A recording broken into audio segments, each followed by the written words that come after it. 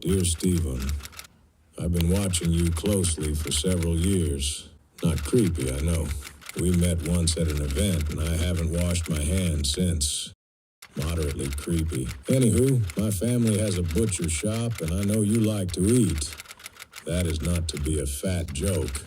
I would have wrote this, but my handwriting is shite. But I used typewriter font, so that has to count for something. Keep making great content. Enjoy the T-bone. Sincerely, Troy. Yes. I know what you're thinking. Don't eat that. Don't eat that.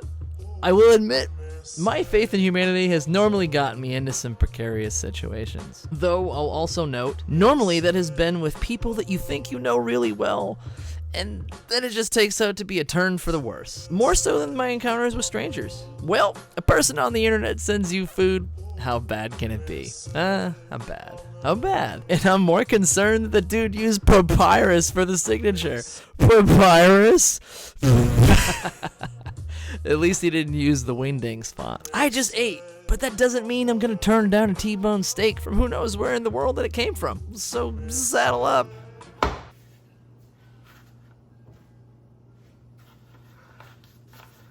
What?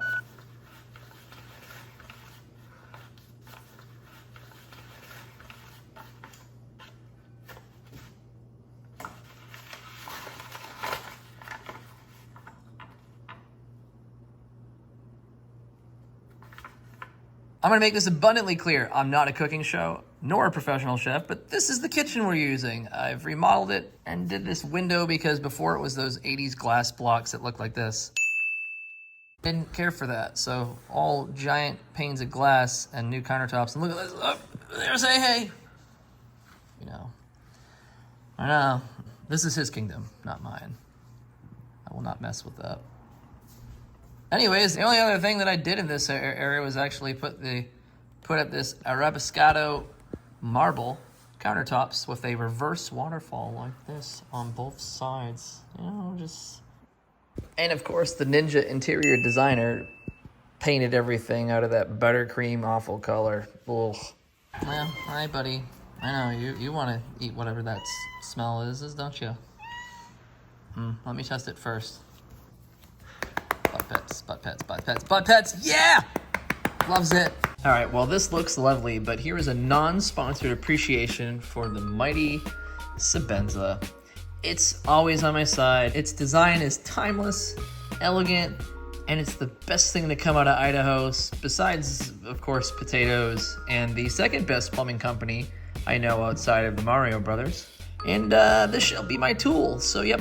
First thing we're gonna do, preheat the oven to 500 so that the cast iron is consistently at a heat. And then salt up the steak.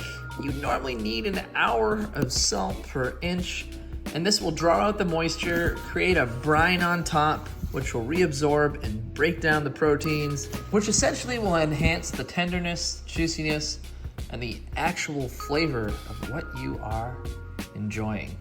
Yeah.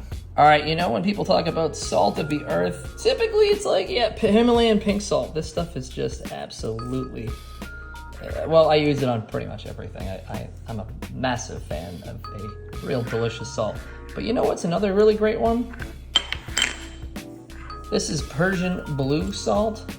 And I mean, this is your super crystal. This is exceptional for all baking or cooking needs. I put these on chocolate chip cookies and also steak.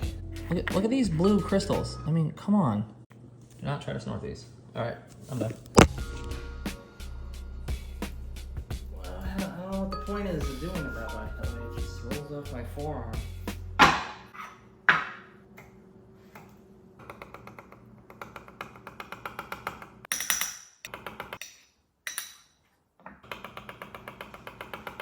And so you know what's going on here. I'm combining chives, garlic, parsley, shallots, and sea salt into a vat of butter. And that'll be dressed after with cracked pepper to be the spread that is distributed on the cut intermediately as it's on the pan.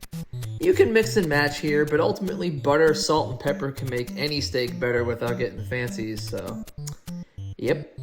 That's that.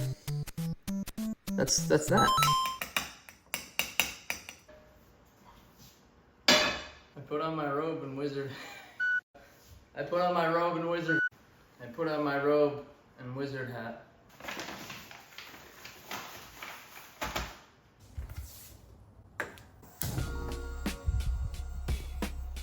Fire! Yeah! You going on an adventure? Where are you headed? Poopy snoot. Look at this. Alright, we get yourself some dairy with a dollop of butter, and then just hold it over the pan till it drops in for no apparent reason but satisfaction. Which is enough in this world. That's enough. It really is, truly.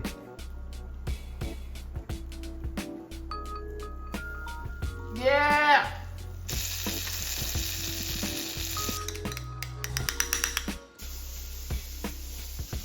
Alright, greased up, no deaf guy. Let's get this done.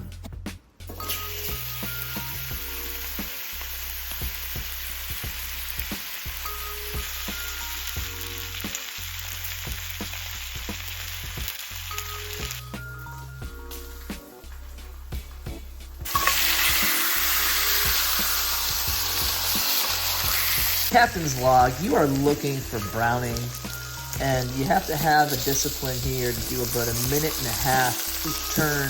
And in total, it's about 3 to 4 minutes each side, which will give you the medium rare, and then you are Michelin.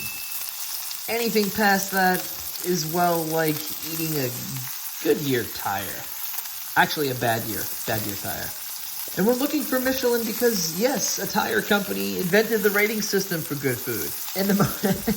And most of those places won't allow you to eat rubber, so there you have it. Yeah.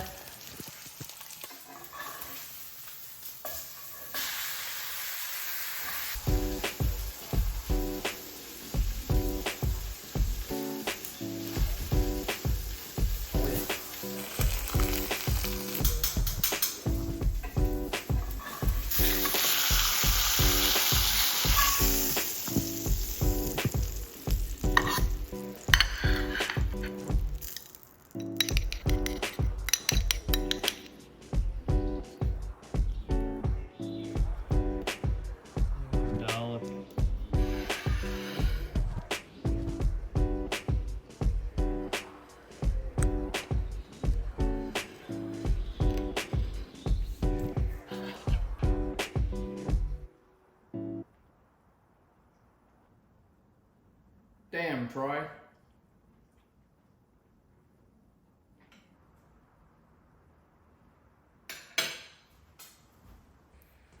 What do you think?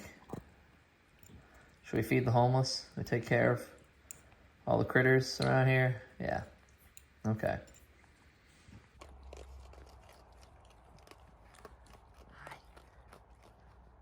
Random new addition. Not just the raccoons showing up now. There's an opossum. Gosh, they're so strange looking. They're so wild, man. Just gonna try to get a closer glimpse if I can of this guy. He's gnarly, man. Hey, what's up? No, yep. All right, fine. He doesn't want to be friends yet. All right, there you have it. If the plate doesn't look like this afterwards, did you even enjoy it? Did you enjoy this?